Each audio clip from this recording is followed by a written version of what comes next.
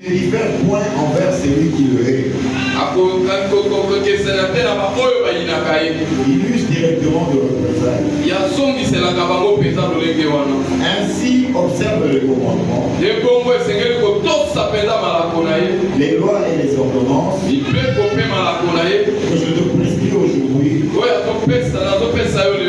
et mets-les en pratique. Si vous écoutez ces ordonnances, si vous les observez et les mettez en pratique, l'Éternel ton Dieu gardera envers toi l'alliance et la miséricorde qu'il a juré à tes pères. Nous acclamons cette parole. Nous allons dans le premier épître de Paul aux Corinthiens au chapitre 1.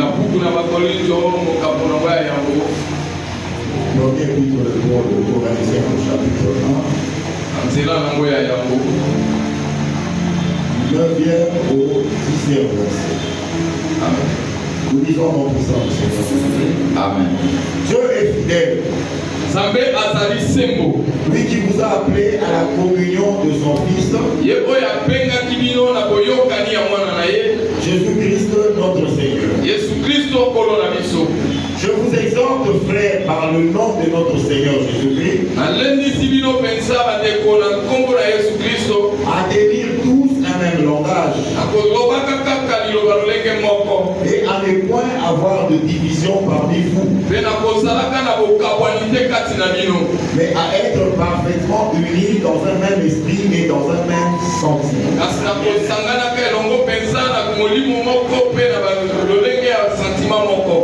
Nous acclamons cette parole. Nous allons dans les livres de Psaume au chapitre 119.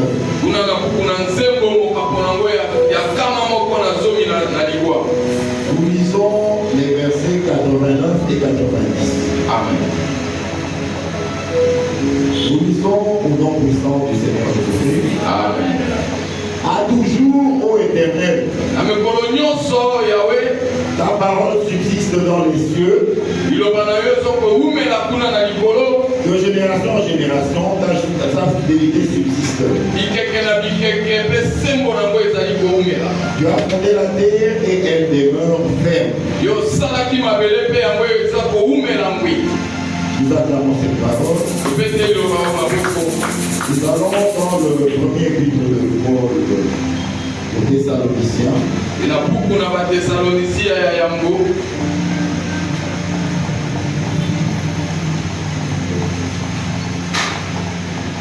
Au chapitre 5,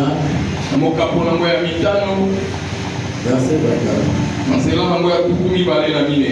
Nous lisons en puissance du Seigneur Jésus. Amen. C'est lui qui vous a appelé est fidèle.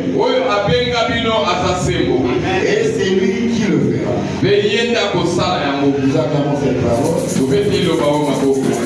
Nous allons dans le premier épître de Jean au chapitre 5.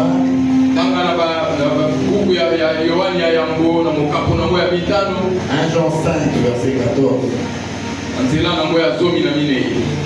Nous lisons en puissance du Seigneur Jésus-Christ. Nous avons auprès de lui cette assurance. Et si nous demandons quelque chose selon sa volonté, il nous écoute. Nous allons dans le livre de Josué, chapitre 21, verset 45.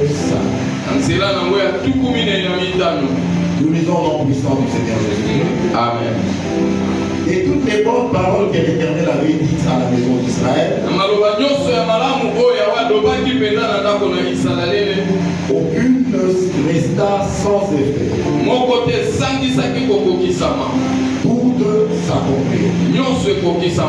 Nous acclamons cette parole. Saint-Esprit prend la direction de ce culte. Tout de toi et rien de moi. C'est toi qui apparaisses devant moi. Mets les mots juste dans ma bouche. Tout de toi et rien de moi. Nous avons ainsi prié dans le nom puissant du Seigneur Jésus-Christ. Amen. Nous acclamons le Seigneur.